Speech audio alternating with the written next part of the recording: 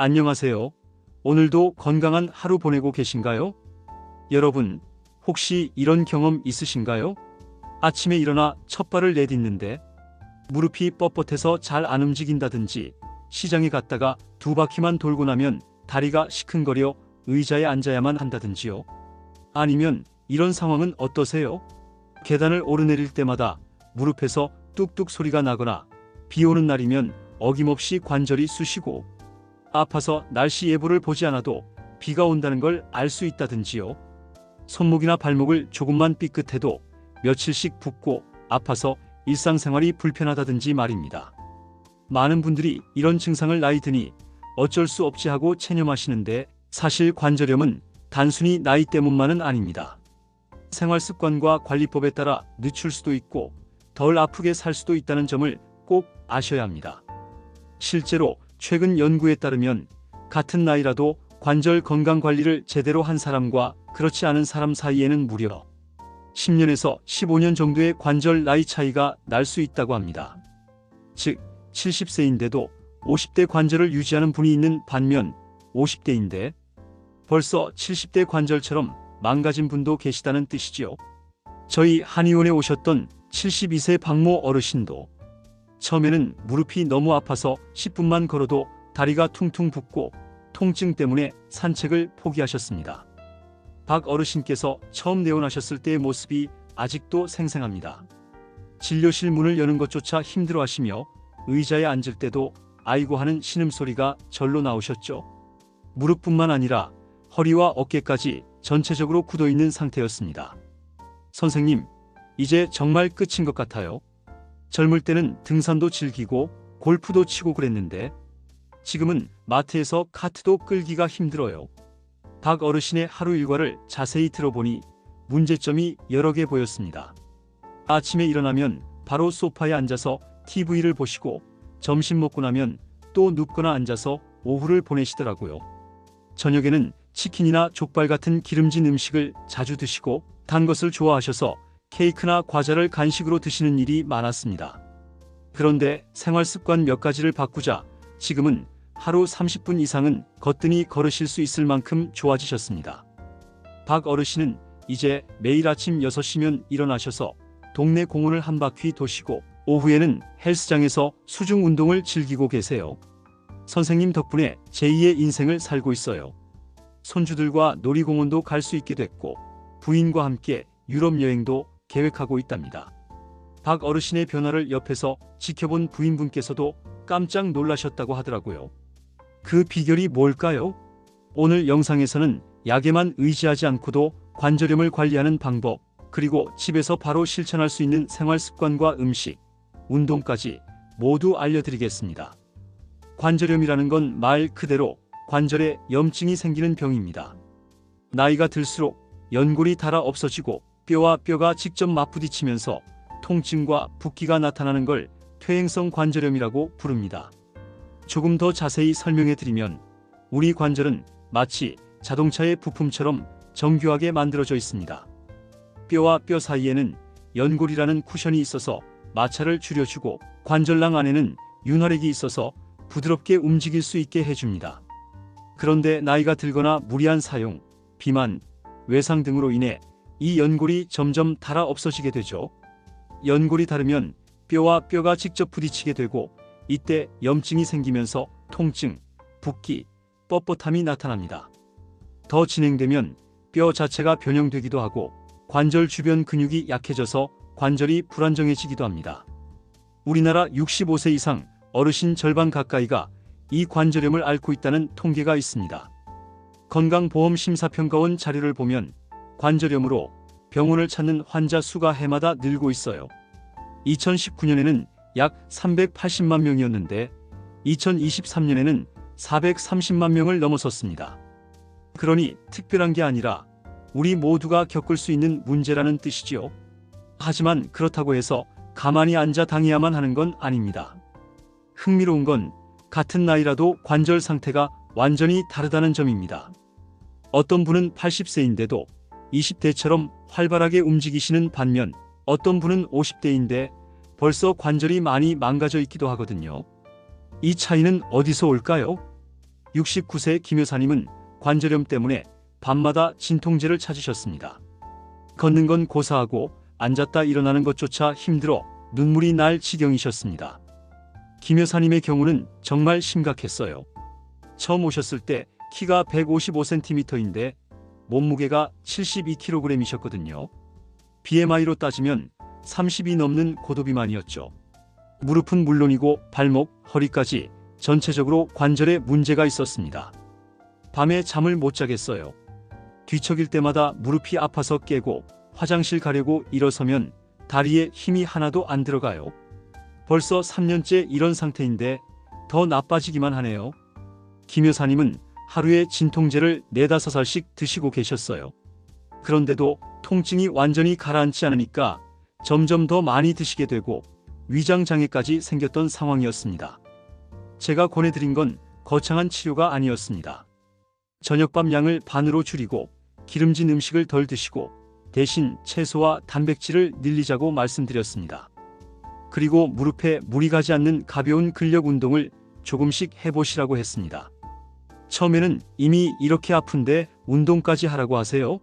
하며 힘들다고 하셨지만 석 달 후 몸무게가 3kg 줄자 무릎 통증이 절반 이하로 떨어졌습니다. 진통제를 찾는 횟수도 일주일에 한두 번 정도로 줄어들었죠.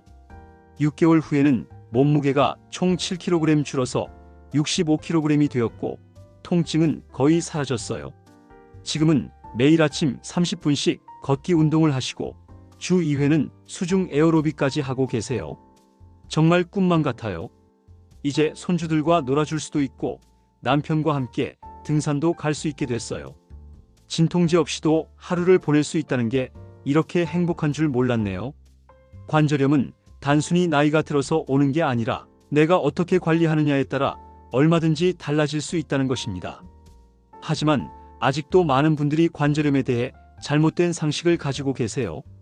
몇 가지 대표적인 것들을 짚어보겠습니다. 첫 번째는 관절이 아프면 무조건 쉬어야 한다고 생각하는 것입니다. 관절이 아프면 무조건 쉬어야 한다고 생각하시지만 사실은 정반대입니다. 물론 무리한 등산이나 무거운 짐을 드는 건 좋지 않지만 적당한 운동이 없으면 관절 주변 근육이 약해져서 오히려 더 빨리 망가집니다. 연구에 따르면 적절한 운동을 하는 관절염 환자가 안정만 취하는 환자보다 통증이 25% 적고 관절 기능도 30% 더 좋다고 보고되었습니다. 두 번째는 칼슘만 먹으면 관절이 튼튼해진다라고 생각하는 것입니다.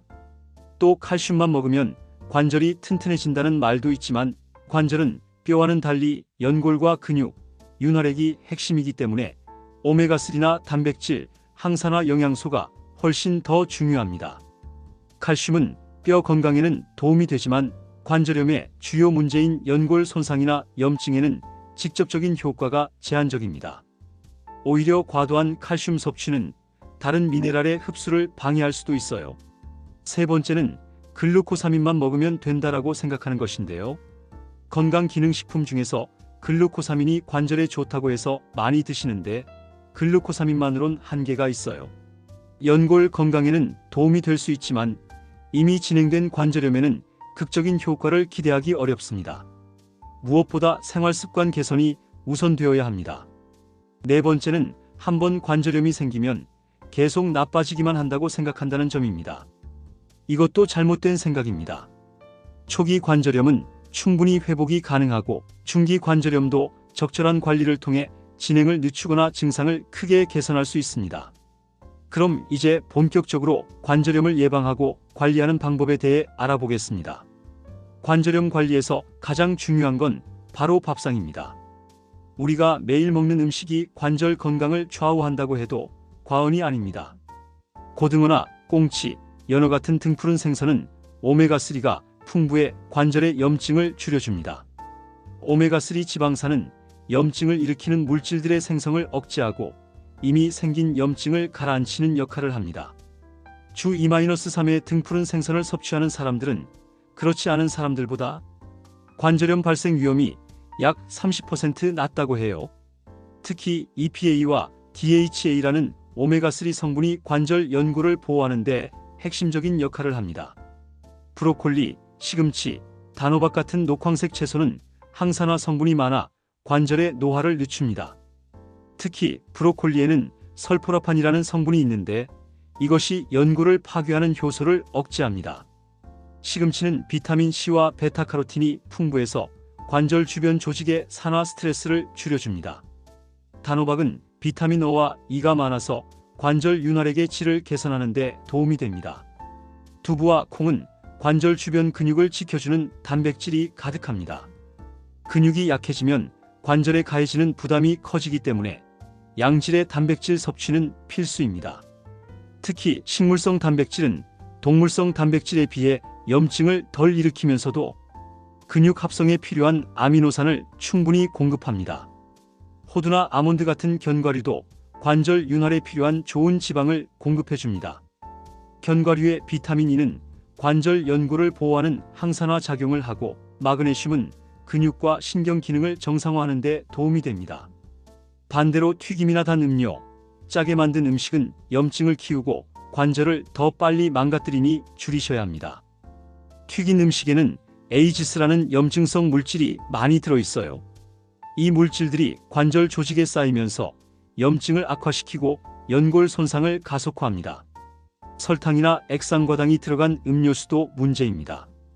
혈당이 올라가면 염증 반응이 활발해지고 이것이 관절염을 악화시킵니다. 또한 단 음식은 체중 증가로 이어져 무릎과 발목 관절에 더 큰 부담을 줍니다. 나트륨이 많은 음식도 조심해야 합니다. 과도한 염분은 체내 염증 반응을 증가시키고 칼슘의 배출을 촉진해서 뼈와 관절 건강에 악영향을 줍니다. 그럼 실제로 어떻게 먹으면 좋을까요? 아침에는 현미밥 반 공기, 시금치, 두부국, 구운 고등어 한 토막, 브로콜리, 무침, 호두 대 6개를 드시면 좋고 점심에는 잡곡밥 반 공기, 연어구이, 단호박 볶음, 아몬드 우유 한 잔을 드시면 좋아요. 저녁엔 채소 샐러드, 두부, 스테이크, 견과류 요거트를 드시면 관절에 필요한 영양소는 충분히 섭취하면서도 염증을 줄일 수 있어요. 이번엔 운동에 대해 이야기해 보겠습니다. 집에서 할 수 있는 간단한 운동만으로도 관절을 충분히 지킬 수 있습니다. 먼저 실내에서 할 수 있는 운동들부터 말씀드릴게요. 의자에 앉아 무릎을 쭉 펴고 다리를 5초간 유지한 뒤 내리는 동작을 하루에 10번, 3세트만 해도 허벅지 근육이 단단해져 무릎이 훨씬 편안해집니다. 이 운동을 대퇴사두근 강화 운동이라고 하는데 무릎 앞쪽 허벅지 근육을 강화해서 무릎 관절의 안정성을 높여줍니다. 처음에는 5초가 힘드시다면 2, 3초부터 시작해서 점차 늘려가세요. 벽을 이용한 팔굽혀펴기도 좋습니다. 벽에서 한 발짝 떨어져 서서 벽에 손바닥을 대고 팔굽혀펴기를 하면 어깨와 팔, 관절에 무리 없이 근력을 키울 수 있어요. 발목 돌리기 운동도 빼놓을 수 없습니다. 의자에 앉아서 발목을 시계 방향으로 10번, 반시계 방향으로 10번 돌려주세요. 발목 관절의 유연성을 유지하고 혈액순환을 개선하는 데 도움이 됩니다. 야외 운동으로는 계단이나 언덕은 피하고 평지 걷기를 하루 20분 정도 꾸준히 하는 것도 좋습니다. 걷기는 체중 부담이 적으면서도 관절 주변 근육을 고르게 사용할 수 있는 최적의 유산소 운동입니다. 걸을 때는 발 뒤꿈치부터 착지해서 발가락 끝까지 자연스럽게 체중을 이동시키는 게 중요해요. 너무 빨리 걷거나 큰 보폭으로 걷지 말고 자연스러운 리듬으로 걸으세요. 혹시 수영장에 다니실 수 있다면 물속에서 하는 운동은 체중 부담이 줄어들어 관절염 환자에게는 최적입니다. 물의 부력 때문에 관절에 가해지는 압력이 90% 정도 줄어들거든요. 수영을 못하셔도 괜찮습니다. 물속에서 걷기만 해도 충분한 운동 효과를 얻을 수 있어요. 물의 저항 때문에 근력 운동 효과도 있고 수압이 관절 부위를 마사지해주는 효과도 있습니다. 운동할 때 가장 중요한 건 무리하지 않는 것입니다. 처음에는 10분도 힘드시겠지만 점차 시간을 늘려가세요. 운동 후에 30분 이상 통증이 지속된다면 강도를 줄이거나 횟수를 줄여야 합니다. 또한 운동 전후로 5분씩 스트레칭을 해주세요. 갑작스러운 운동은 오히려 관절에 무리를 줄 수 있어요. 생활 속에서 주의할 점도 있습니다. 무엇보다 중요한 것은 올바른 자세를 유지하는 것입니다. 오래 앉아있지 말고 30분마다 일어나 몸을 풀어야 합니다. 계속 같은 자세로 있으면 관절이 굳어지고 혈액순환이 나빠져서 관절염이 악화될 수 있어요. 컴퓨터나 TV를 볼 때는 허리를 곧게 펴고 모니터는 눈높이에 맞춰 조절하세요. 목이 앞으로 빠지는 자세는 경추와 어깨 관절에 무리를 줍니다. 무거운 짐을 들 때는 한쪽으로만 들지 말고 양쪽으로 나눠 들어야 합니다. 허리를 구부려서 들지 말고 무릎을 구부린 상태에서 다리 힘으로 들어 올리세요. 무릎을 꿇거나 쪼그려 앉는 자세는 피하는 게 좋습니다. 바닥에 앉을 때는 방석이나 쿠션을 사용해서 높이를 조절하고 가능하면 의자를 사용하세요. 잠자리도 중요합니다. 너무 푹신한 매트리스는 척추에 무리를 주므로 적당히 단단한 매트리스를 사용하세요. 베개 높이도 목 관절에 무리가 가지 않도록 조절해야 합니다. 아침에 관절이 뻣뻣할 때는 따뜻한 물수건으로 찜질을 해주세요. 온열은 혈액순환을 개선하고 근육을 이완시켜 관절의 움직임을 부드럽게 해줍니다. 반대로 운동 후에 관절이 붓거나 열이 날 때는 차가운 찜질이 도움이 됩니다. 얼음 주머니를 수건으로 감싸서 15분에서 20분 정도 대주세요. 많은 분들이 놓치는 부분이 바로 스트레스 관리입니다. 스트레스는 염증 반응을 증가시켜 관절염을 악화시킬 수 있어요. 만성적인 스트레스는 코르티솔이라는 스트레스 호르몬을 지속적으로 분비시키는데 이것이 면역 시스템을 교란하고 염증 반응을 증가시킵니다. 결과적으로 관절의 염증이 심해지고 통증이 더 심해질 수 있어요. 심호흡이나 명상 같은 활동이 도움이 됩니다. 하루 10분씩이라도 조용한 곳에서 깊게 숨을 들이쉬고 내쉬는 연습을 하면 스트레스를 줄일 수 있습니다. 취미 활동도 좋습니다. 독서, 음악 감상 등 자신이 좋아하는 활동에 집중하는 시간을 만드세요. 가족, 친구들과의 정기적인 만남이나 동호회 활동 등을 통해 스트레스를 해소하고 긍정적인 에너지를 얻을 수 있어요. 계절에 따른 관절 관리도 중요합니다. 많은 분들이 비 오기 전에 관절이 아프다고 하시는데 실제로 의학적 근거가 있어요. 겨울에는 기온이 낮아지면서 혈액순환이 나빠지고 근육과 인대가 경직됩니다. 또한 실내외 온도차가 커서 관절에 무리가 갈 수 있어요. 겨울철에는 외출 전 충분한 실내 스트레칭으로 몸을 풀어주세요. 목도리, 무릎 보온대 등으로 관절 부위를 따뜻하게 유지하는 것도 중요합니다. 실내 온도는 18도에서 20도 정도로 유지하고 습도는 50에서 60% 정도가 적당해요. 너무 건조하면 관절 윤활액이 줄어들 수 있거든요. 여름에는 에어컨 바람이 직접 관절에 닿지 않도록 주의하세요. 급격한 온도 변화는 근육 경직을 유발할 수 있어요. 또한 여름철에는 활동량이 늘어나기 좋은 시기이니 이때 꾸준한 운동 습관을 만들어 두세요. 다만 너무 더운 시간대는 피하고 아침 일찍이나 저녁 늦게 운동하는 것이 좋습니다. 장마철에는 습도가 높아지고 기압이 변화하면서 관절 통증이 심해질 수 있어요. 이럴 때는 무리한 활동을 피하고 실내에서 할 수 있는 가벼운 스트레칭이나 근력 운동을 하세요. 제습기나 에어컨을 이용해서 실내 습도를 조절하는 것도 도움이 됩니다. 지금까지 말씀드린 내용만 지키셔도 관절염은 개선될 수 있습니다. 여기에 관절염에 도움되는 보조요법을 추가해 보세요. 전문가의 마사지나 지압 같은 보조요법도 관절염 관리에 도움이 됩니다. 관절 주변 근육의 긴장을 풀어주고 혈액순환을 개선해 주거든요. 집에서도 간단한 셀프 마사지를 할 수 있어요. 무릎 주변을 부드럽게 원을 그리며 마사지하거나 손목을 반대편 손으로 가볍게 주무르는 것만으로도 효과가 있습니다. 한의학에서는 관절염을 비증이라고 하는데 기혈순환의 장애로 봅니다. 침이나 뜸, 부항 등의 치료법이 도움이 될 수 있어요. 물리치료사의 도움을 받아 체계적인 운동 프로그램을 만드는 것도 좋습니다. 개인의 관절 상태에 맞는 맞춤형 운동을 배울 수 있어요. 초음파 치료, 전기 자극 치료 등도 염증 완화와 통증 감소에 도움이 됩니다. 보조기구를 활용하는 것도 관절염을 개선시키는 데 좋습니다. 손목, 무릎 보호대 같은 보조기구를 적절히 사용하면 관절 부담을 줄일 수 있어요. 단, 너무 오래 착용하면 근육이 약해질 수 있으니 필요할 때만 사용하세요. 등받이가 있는 의자, 높이 조절이 가능한 책상 등을 사용하면 관절에 무리가 덜 갑니다. 병뚜껑 따개, 손잡이가 큰 칫솔 등을 사용하면 손목과 손가락 관절 부담을 줄일 수 있어요.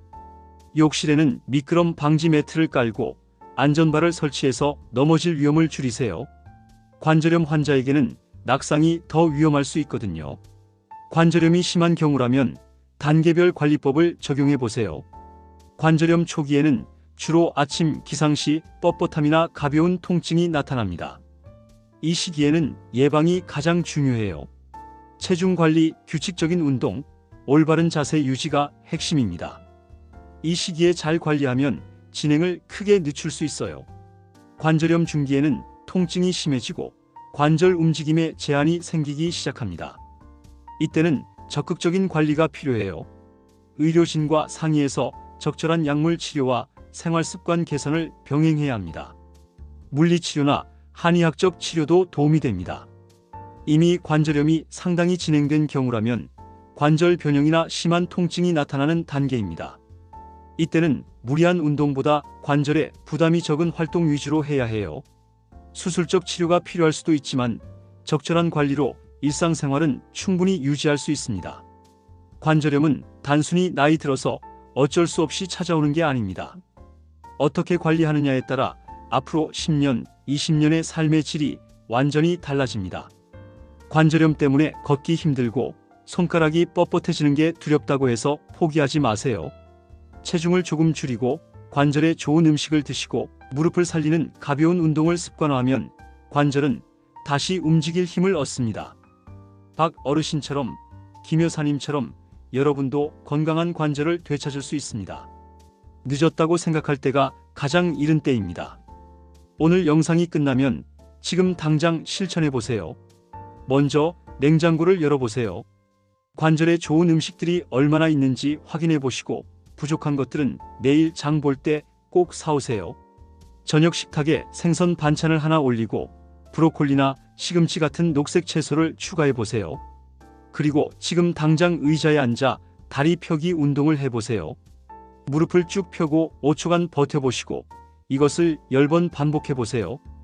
아주 작은 시작이지만 3달 후 여러분의 무릎은 지금과는 전혀 다를 겁니다. 건강한 무릎이 있어야 시장도 자유롭게 다니고 손주 손도 잡고 여행도 가실 수 있습니다. 허리가 꼿꼿하고 관절이 유연해야 노후가 당당해집니다. 상상해보세요. 6개월 후에 여러분 모습을 말입니다. 아침에 일어날 때 무릎이 뻣뻣하지 않고 계단을 오르내릴 때 다리에 힘이 있고 장시간 걸어도 피곤하지 않은 모습을요. 친구들과 등산을 가고 손주들과 놀이공원에서 뛰어다니고 부부가 세계 여행을 떠나는 그런 활기찬 노후의 모습을 그려보세요. 이 모든 것이 여러분의 관절 건강에서 시작됩니다. 오늘 영상이 도움이 되셨다면 구독과 좋아요 눌러주시고 댓글에 저도 관절 건강 챌린지 시작합니다 라고 남겨주세요. 함께하는 분들이 많아질수록 시니어 세대 전체가 더 건강해질 겁니다. 관절 건강은 하루아침에 좋아지지 않습니다. 하지만 포기하지 않고 꾸준히 실천하시면 반드시 좋은 결과가 있을 거예요. 처음엔 힘들고 번거로울 수 있습니다. 운동하기 싫을 때도 있고 건강한 음식이 입에 안 맞을 때도 있을 거예요. 하지만 그럴 때마다 건강한 관절로 자유롭게 움직이는 미래의 여러분 모습을 떠올려 보세요. 여러분의 관절, 제가 끝까지 응원하겠습니다. 오늘도 시청해 주셔서 감사합니다.